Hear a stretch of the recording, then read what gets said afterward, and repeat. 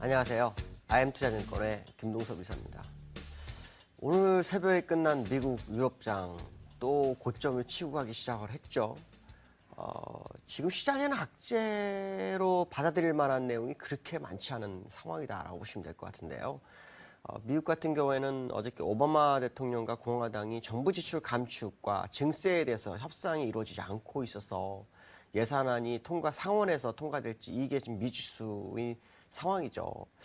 하원에서 그 보수주의자들인 티파티 같은 경우에는 오히려 정부 폐쇄를 시도해서 정부가 증세를 못할 거 맞아 뭐 이런 분위기도 좀 있긴 한데요. 어쨌든 제가 볼 때 그 예산안 문제가 시장에는 큰 영향을 주지 못할 것이다라는 부분이고요.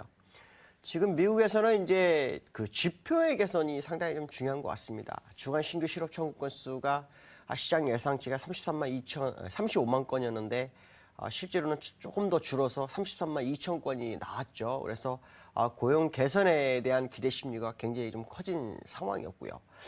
어저께 재정 수지 적자가 상당히 줄어들었다는데 4Q 지난 4분기의 경상 수지도 역시 적자를 줄어드는 그런 상황이었습니다. 그러니까 시장이 상당히 개선되고 있다는 것을 알려주면서 시장의 어떤 매수세가 계속 몰리고 있다라고 보시면 될 것 같고요.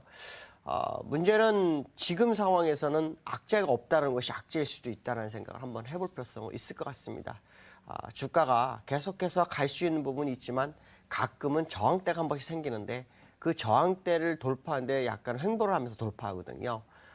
기술적으로는 14,650포인트 정도 되고 있습니다. 그래서 여기까지는 일단 안정권으로 갈 것 같고요. 그 지점에서 어떤 움직임이 나올지 이게 좀 상당히 좀 중요하지 않을까라는 생각을 해봐야 될 것 같습니다.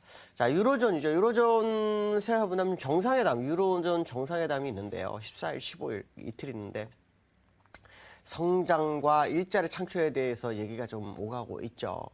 근데 그 정상회담 전에 지금 올랑도 대통령 같은 경우에는 올해 긴축 정책을 못한다라고 얘기를 했죠. 그것이 이제 독일로 하여금 반대 의견이 나오고 있는데 독일 같은 경우에는 오히려 그 재정 적자를 2015년까지는 거의 제로로 만들겠다 이런 얘기를 하면서 현재 긴축은 계속해서 진행이 돼야 한다고 강하게 시장을 압박하고 있는 그런 상황이다라는 부분인데 이거는 사실 어떻게 보면 메르켈 총리가 9월 총선을 선거를 마무리한 뒤에는 아마 이 재정에 대한 부분이 좀 얘기가 나오지 않을까라는 생각을 좀 해야 될 것 같고요. 스페인 같은 경우에는 15년물의 국채 발행을 성공한 거 이건 참 시장의 고무적인 부분입니다. 근데 이상하게도 유로존은 경기 침체가 계속 진행되고 있다는 거죠. 결국 ECB에서 OMT, 그러니까 무제한 국채 매입에 대해서 우회적으로 계속 진행이 되고 있다는 것을 다시 한번 확인시키는 그런 상황이었다라고 보시면 될 것 같습니다. 유로존 같은 경우에는 그 이탈리아 재선거가 시장의 불확실성으로 다가올 수 있는 부분이 있다라는 정도 생각하시면 뭐 큰 문제는 없을 겁니다. 그러나 지금 그 유로존 자체에서 긴축 완화를 진행해야 된다는 목소리가 좀 굉장히 커지고 있는 그런 상황이기 때문에 이번 정상회담에서는 아니더라도 다음에는 약간 영향이 좀 있지 않을까라는 생각이 좀 들고 있고요. ECB 내에서도 사실 금리나 가능성을 제기하는 어떤 비둘기파들이 약간 마음을 바꾸는 모습이 있죠. 독일의 강력한 어떤 긴축을 발언이 영향을 좀 주는 것이 아닌가 이렇게 판단하고 있습니다. 이런 부분들을 생각한다면 유로존 문제가 사실은 좀 어려운 부분이 있을 수 있다는 생각을 해야 될 것 같습니다. 왜 그러냐면 전 세계가 양적 완화와 긴축이 대세인데 양적 완화한 나라들은 2007년도에 고점을 다 돌파했는데 긴축을 한 나라들은 못 가고 있죠. 유일하게 독일만이 경기가 살아있기 때문에 독일만이 2007년도에 고점 올라왔지 긴축하는 나라들은 거의 3분의 1 토막 났다고 본다면 주변국들은 긴축을 하고 있는 주변국들은 양적 완화를 가고자 하는 욕구가 굉장히 커질 수밖에 없다는 생각을 해야 될 것 같습니다. 왜 그러냐면 시장이라는 것은 참 특이한 게 지수가 좋으면 경기가 살아날 거라는 기대 심리가 시장을 장악하기 때문에 주가의 상승이 얼마나 중요하다는 것을 나타내고 있거든요. 그래서 아마도 유로존은 계속해서 성장에 대한 얘기가 나올 확률이 굉장히 크다라는 부분을 생각하면서 접근하시면 될 것 같고요. 그 다음에 이제 그 중국이죠.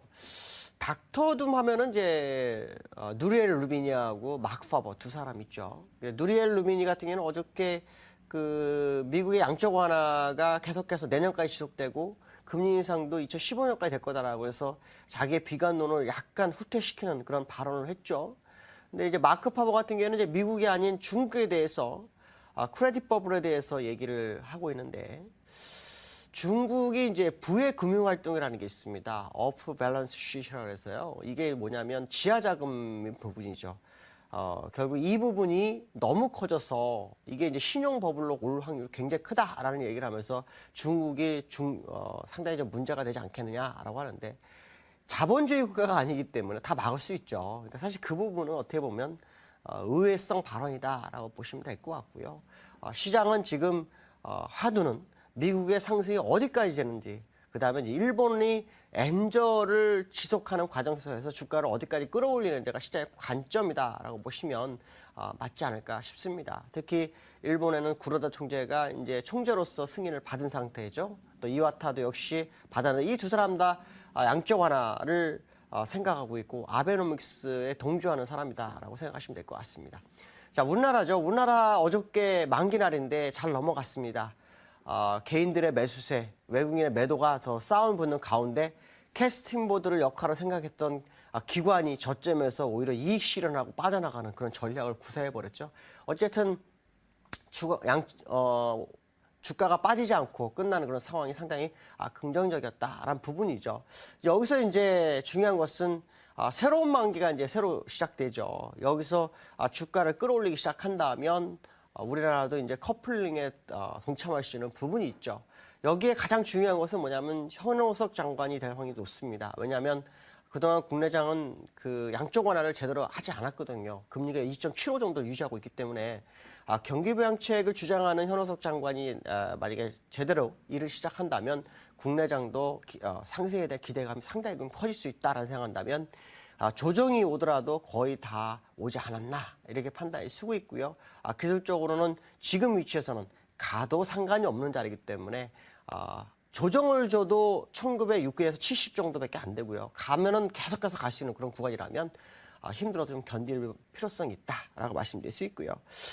기술적 분석을 보시면은 지금 미국이 오늘 거래량은 조금 늘었죠. 그렇지만 뭐 우려할 정도의 거래량은 아니다라는 부분입니다. 다만 다음 주가 만기이기 때문에 미국장 다음 주 흐름을 좀 보셔야 될 것 같고요. 영국 작도도 일단 올라오는 모습이 상당히 긍정적인 모습이다라고 보시면 될 것 같습니다. 자, 한 주를 마감하는 금요일입니다. 오늘도 즐거운 하루 되시고 승리하는 하루 되시기 바라겠습니다. 여기까지 하겠습니다. 감사합니다.